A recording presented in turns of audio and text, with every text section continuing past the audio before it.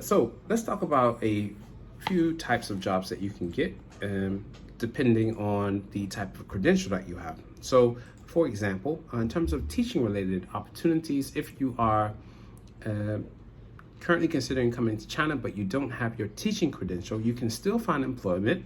For example, you can find employment in language training centers as a English teacher. Now, this language training center jobs are perhaps some of the jobs that most teachers get into. It's a good way to get started, to get your feet wet in terms of learning how to teach. These are not obviously jobs that are very suitable for the long term unless you're going to start your own language training center. One of the reasons is obviously with language training centers, these are after school programs. So these centers are open in the afternoons and evenings during the weekdays, and then during the weekends, they're open during normal business hours.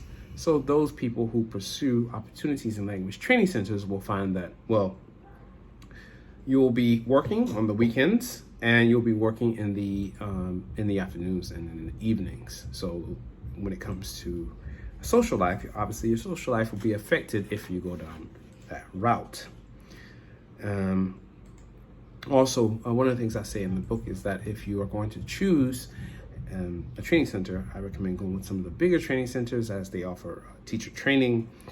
They have systems in place to ensure that you get things such as sick leave, that you get things such as a return ticket, airline ticket, travel, and they usually support you when you come over and with helping get accommodation. Again, these are not opportunities that are to be missed. These are opportunities that you definitely should pursue. When I first came to China, I worked for a large training center, and I had a master's degree from Columbia University. Or I have a master's degree from Columbia University. So these are opportunities that you definitely don't want to turn up. They're great opportunities, especially if you're getting into teaching. They're a good place to start. And obviously, while you do this, you can save your money and get your teaching credential in the process. You can also work as a publisher promoter if you don't have a teaching credential. So what a publisher promoter does is they go around China, they visit international schools, and they sell books on behalf of a famous publishers such as Cambridge, Cengage, and so on. These are very good opportunities to build networks with international schools.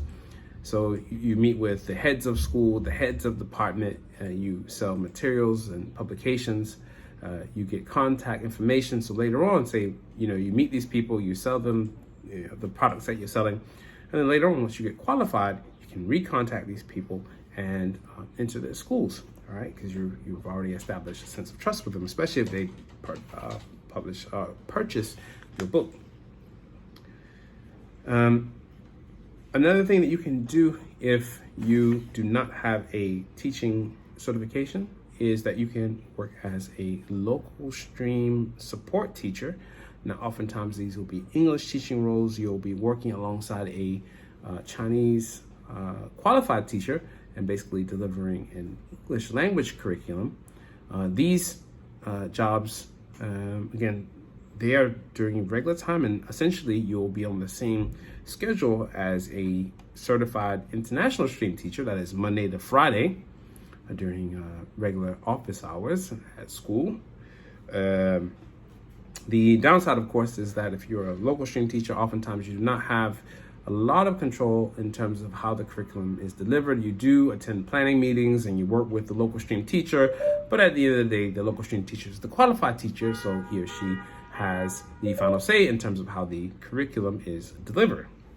Okay, so these are a few jobs that you can do if you come over without a teaching certification. But I should say, though, that if you do come over without a teaching certification, you at least need to have a 4-year degree in order to get these jobs.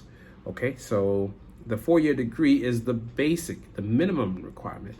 And then you can get these jobs. These jobs are great to put on your resume, and they're good places to start in terms of building your teaching experience and getting advice from qualified teachers, from heads of grade, from heads of department, from leaders within the field to develop your teaching practice. And also, these are good opportunities to do where you can get your teaching credential alongside these teaching gigs, which will then lead to you moving on to international school jobs.